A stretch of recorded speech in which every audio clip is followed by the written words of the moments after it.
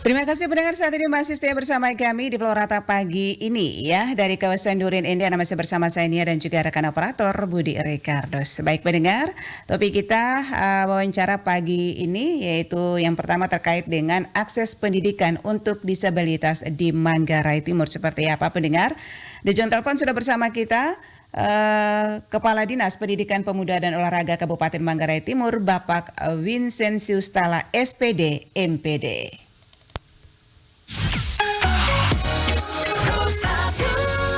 Selamat pagi Pak Vincenzius. Pagi kakak, apa kabar? Apa kabar pagi hari ini di Manggarai Timur? Iya, Manggarai Timur selalu cerah ceria. Selalu cerah. Walaupun ada klimis di luar sana. Oke, ya sama ya cuaca wilayah daratan Flores begitu Pak ya. Iya. Oke, yang pasti tetap semangat ya di segala aktivitas kita. Baik. Selalu semangat pagi. Iya benar. Baik Pak Vincenzius ya sebagai Kepala Dinas Pendidikan Pemuda dan Olahraga Manggarai Timur, bagaimana Anda melihat kondisi akses pendidikan ya bagi anak-anak penyandang disabilitas di wilayah Manggarai Timur? Baik kakak, terima kasih. Di Manggarai Timur terdapat satu SLB negeri yang secara khusus mendidik anak-anak disabilitas. Kemudian juga terdapat sekolah reguler baik di jenjang SD maupun SMP yang menerima siswa disabilitas meskipun dalam jumlah yang relatif sedikit gitu kan. Iya. Oke, dan ini kira-kira tantangannya yang paling utama yang dihadapi oleh pemerintah daerah dalam menyediakan akses pendidikan yang inklusif ya bagi anak-anak disabilitas di Manggarai Timur itu apa, Pak? Pertanyaan yang bagus ya kakek. Sebenarnya bukan pada kita menyediakan lembaga pendidikan ini, tetapi masih terdapat begitu banyak orang tua yang akan mengirimkan anak disabilitas ke sekolah. Dan orang tua itu cenderung memilih untuk mengurus sendiri di rumah. Selain itu ketersediaan guru terlatih, terutama di sekolah reguler untuk mendidik anak-anak disabilitas masih kurang. Mungkin para guru itu sudah mengerti tentang pendidikan inklusif itu sendiri, namun belum terlatih begitu dalam bagaimana untuk menangani anak yang mengalami arti yang berkebutuhan khusus lah, baik itu mental, intelektual dan juga sensorik ya. Selain itu belum semua sekolah juga menyediakan sarpras yang ramah terhadap siswa disabilitas. Misalnya toilet khusus untuk disabilitas seperti di kota-kota besar. Kemudian jalur khusus untuk disabilitas, sudah juga ruang penataan ruang kelas untuk disabilitas juga belum. Gitu tadi. Oke. Dan untuk saat ini sudah adakah sekolah-sekolah inklusif ataupun sekolah luar biasa SLB di Manggarai Timur? Mungkin bisa dijelaskan jumlah ataupun penyebarannya seperti apa di Manggarai Timur? Baik juga. Terdapat satu SLB negeri di Porong, kemudian 18 sekolah inklusif jenjang SD, SMP, dan SMA di Manggarai Timur. Kemudian dalam praktiknya semua sekolah di Manggarai Timur adalah sekolah inklusif karena pembelajaran yang berpusat pada peserta didik sudah diterapkan sejak gong kurikulum mereka itu ditabung atau dijalankan di sekolah. Para guru sebenarnya sudah menerapkan pembelajaran berdiferensiasi untuk mengakomodasi kebutuhan belajar peserta didik yang beragam.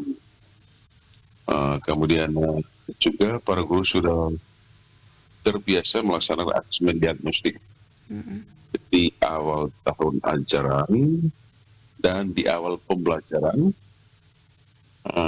Itu untuk mengetahui kebutuhan belajar anak sehingga pembelajaran yang dilaksanakan sebisa mungkin disesuaikan dengan kebutuhan dan karakteristik peserta ini. Okay. Jadi gunanya diagnostik asesmen itu kan untuk mengetahui tipe belajar siswa, selain untuk pemetaan atau mendeteksi sejak dini anak-anak yang berkebutuhan khusus, juga kita bisa mendampingi anak-anak itu berdasarkan diagnostik asesmen itu. Misalnya tipe belajar kita, orang tua, juga kan kita ini berbeda ya, ada yang visual, kinestetik, audiovisual, ada yang multimoda, macam-macam itu. Dan itu kita sudah terapkan sejak 2022, seperti itu. Oke. Dan kira-kira ini bagaimana kesiapan terkait dengan tenaga pendidik di daerah Manggarai Timur juga dalam menangani siswa disabilitas? Apakah sudah ada pelatihan ataupun mungkin ada pendampingan khusus? Baik, Kak, terima kasih. Para guru sudah sering mengikuti pelatihan pendidikan inklusif, baik yang diselenggarakan oleh Kemdikdasmen maupun Dinas Pendidikan dan Mitra seperti Yayasan Astra, LSM Ayo Indonesia, dan ada lagi yang lainnya. Kemudian di 11 sekolah binaan Astra, para guru dilatih secara intensif ya untuk melakukan asesmen diagnostik terhadap siswa, juga bagaimana mendampingi anak-anak yang memiliki kebutuhan belajar yang beragam. Jadi saat ini juga Manggarai Timur terdapat 25 fasilitator pendidikan inklusif jenjang SD sampai dengan SMP yang tersebar di 12 kecamatan di Kabupaten Manggarai Timur. Jadi 25 fasilitator ini telah mengikuti TOT tentang pendidikan inklusif, terutama bagaimana mengajar dan mendidik siswa disabilitas di sekolah reguler. Kemudian fasilitator ini ke depannya akan menjadi trainer untuk guru-guru di 12 kecamatan di Kabupaten Manggarai Timur, khusus untuk 11 sekolah dampingan atau sekolah binaan internasional. Fokus pada 2 tahun pertama ini kan karakter siswa, guru, dan juga orang tua yang langsung didampingi oleh Universitas Sugih Pranata Semarang. Sudah 2 tahun berjalan dan program ini nanti dalam setelah 5 tahun mereka harus mengimbaskan ke semua sekolah di Timur.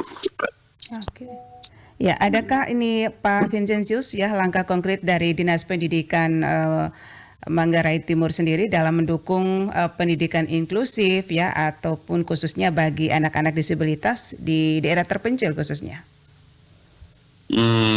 Ya, Kak, Dinas PPO Manggarai Timur sudah dan akan terus memberdayakan para fasilitator pendidikan inklusif untuk melakukan pendampingan terhadap guru-guru di daerah terpencil dalam mengajar anak-anak disabilitas. Dinas juga berkomitmen untuk membangun sarpras yang ramah disabilitas sehingga dapat diakses oleh siswa yang berkebutuhan khusus itu. Lalu sosialisasi kepada orang tua juga dilakukan untuk meningkatkan pengetahuan dan kesadaran orang tua dan pentingnya bagi anak-anak disabilitas sehingga mereka dapat mengakses pendidikan seperti yang lain. Dan memang ini menjadi PR berat bagi pemangku kebijakan karena menyadarkan orang tua bahwa di sekolah SLB itu misalnya kita sudah sarprasnya sudah standar, tetapi orang tua mungkin lebih sayang betul kepada anaknya untuk lebih untuk mengurus sendiri di rumah. Itu tantangan berat bagi kami. Sudah. Oke. Dan ini selanjutnya apakah ada kerjasama dengan pihak lain seperti LSM ataupun mungkin komunitas atau lembaga keagamaan ya dalam mendukung akses pendidikan bagi anak-anak disabilitas? Seperti yang sudah saya jelaskan tadi bahwa saat ini Dinas bekerjasama dengan beberapa mitra seperti Yayasan Pendidikan Astra Michael Dereswin, dan Air Indonesia. Dinas juga menjalin kerjasama dengan Kemdikbud melalui BGTK dan BMP Bank untuk penyidikan Oh ya. dan terus supaya dapat bantuan. Dan ini selama 5 tahun ini sudah harapan juga dari semua pihak lah bahwa mereka juga harus mendapatkan pelayanan. Oke, ya Pak Vincent. Betul. Baik, Pak Vincent, kira-kira nih bagaimana dukungan ya anggaran dari pemerintah daerah terhadap program-program pendidikan inklusif ini di Manggarai Timur? Bagaimana? Kira-kira bagaimana terkait dengan dukungan anggaran dari pemerintah daerah terhadap program-program pendidikan inklusif ya di Kabupaten Manggarai Timur? Baik, terima kasih Gaya. Meskipun tidak secara spesifik menyasar siswa, tetapi sejak 2022 itu dinas mengalokasikan anggaran untuk diferensiasi, kemudian asesmen diagnosis. Jadi tujuannya agar para guru juga bisa menyadari bahwa setiap anak itu memiliki kebutuhan belajar yang berbeda-beda. Karena itu mereka perlu memahami kebutuhan belajar anak-anak sehingga mereka dapat memfasilitasi pelajaran yang sesuai dengan kebutuhan anak-anak gitu. Dinas mengalokasikan anggaran untuk dan penguatan kapasitas di dalam pendidikan itu yang sudah terbentuk di Kabupaten Manggarai Timur. Oke, dan untuk orang tua sendiri nih ya dan juga masyarakat, kira-kira apa harapan Bapak dalam mendukung anak-anak disabilitas agar tetap bisa bersekolah? Ini harapan kita bersama sebenarnya untuk menyadarkan orang tua yang memiliki anak yang khusus untuk jangan sampai rasa sayang kita terhadap anak itu bisa mengubur mimpi atau masa depan anak itu sendiri, karena ketika orang tua menyadari bahwa dia sebenarnya perlu disentuh oleh orang-orang yang profesional di bidangnya, maka sebenarnya dia sedang mengabulkan atau mendukung mimpi dari anak itu untuk masa depannya.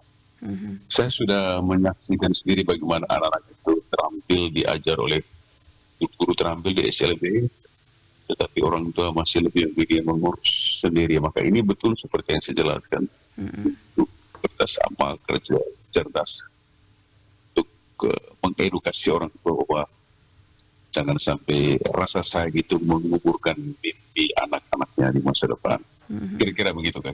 Oke, ini terakhir kira-kira apa harapan Bapak ke depan agar akses pendidikan bagi penyandang disabilitas di Manggarai Timur bisa semakin merata Pak dan setara begitu Pak? Sebenarnya ini komitmen dinas, ini komitmen Pemkab Kabupaten Manggarai Timur juga. Untuk terus mengupayakan agar anak yang berkebutuhan khusus mendapat pelayanan seperti anak-anak yang lainnya. Gitu. Oke, baik. Baik Pak Vincentius, atas waktunya pagi hari ini bersama Pro 1 RRIND ya. Salam sukses, salam sehat, selamat pagi. Selamat pagi Kakak, sukses selalu RRIND. Baik, pendengar Pro 1 dimanapun Anda berada, demikian wawancara kami bersama Vincentius Tala SPD MPD, Kepala Dinas Pendidikan Pemuda dan Olahraga Kabupaten Manggarai Timur terkait dengan akses pendidikan untuk disabilitas di Manggarai Timur. Pro 1